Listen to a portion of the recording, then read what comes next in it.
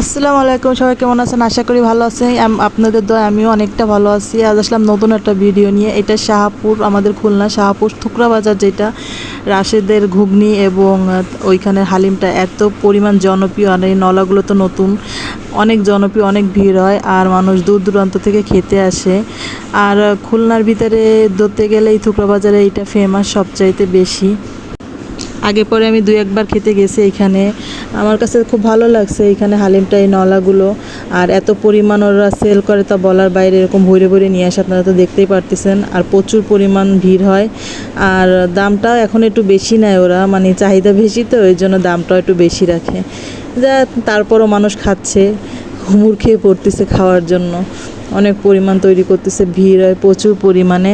আর আমি খাওয়ার জন্য গেছি, বাট আমার পেটটা ভরা ছিল বলে আমি খাইনি।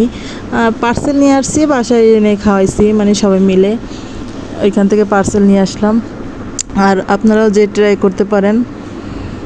আর ওইখানে যেতে যেতে অনেক ঘোরার জায়গাও আপনারা পাবেন, অনেক ফেমাস ফেমাস জায়গা আছে। আর যারা গ্রামের ফিল নিতে চান তারা অবশ্যই যেতে পারেন, আশেপাশে অনেক ঘোরার জায়গা আছে। আর এইখানে এই থুকরা বাজার, এখানে একটা বাজার বসে সন্ধ্যার সময়, অনেক কিছু এখানে পাওয়া যায়, গ্রাম্য জিনিস বলেন সব কিছু এখানে পাওয়া যায়।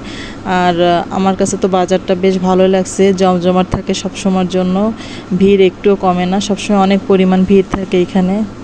গ্রামের সব জিনিস এখানে আপনারা পেয়ে যাবেন, বাজারের সব কিছু।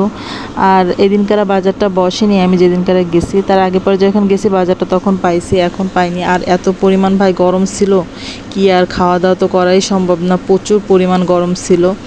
আর ভিড়টাও অনেক বেশি, এতে গরম আরও বেশি লাগতেছিলো। আর আমার তো খুব পানি পিপাসা লাগছে, লাস্ট টাইম কী করব, খাওয়ার জন্য তেমন খুঁজে পাচ্ছি না।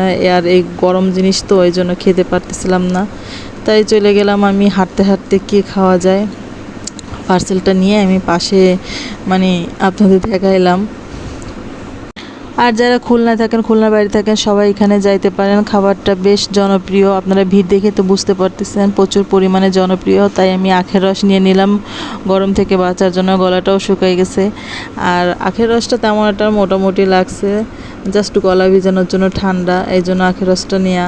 আর যারা এখন আমার পেজটা ফলো করেন অবশ্যই ফলো করবেন, ঘুরে আসবেন আর পুরো ভিডিও দেখার চেষ্টা করবেন। এরকম নতুন নতুন ভিডিও কোথায় করব অবশ্যই কমেন্ট করে জানাবেন। আর আমার ভিডিও আপনাদের কাছে কেমন লাগে এটাও কমেন্ট করে জানাবেন। কেন কমেন্ট করতে কি কষ্ট হয় না হাতে ব্যথা হয়? একটু করলে কি হয়? আর ভিডিওটা পুরো দেখলে কি চোখে ব্যথা করে? তাই না? নতুন নতুন খাবারের খোঁজে আমিও ছুটে বেড়াচ্ছি, আপনাদের জন্য কষ্ট করতেছি। আর আপনারা কি একটু ভিডিওটা পুরো দেখতে পারেন না? কমেন্ট তো করতে পারেন অবশ্যই, এতে তো হাতে ব্যথা হয় না, তাই না?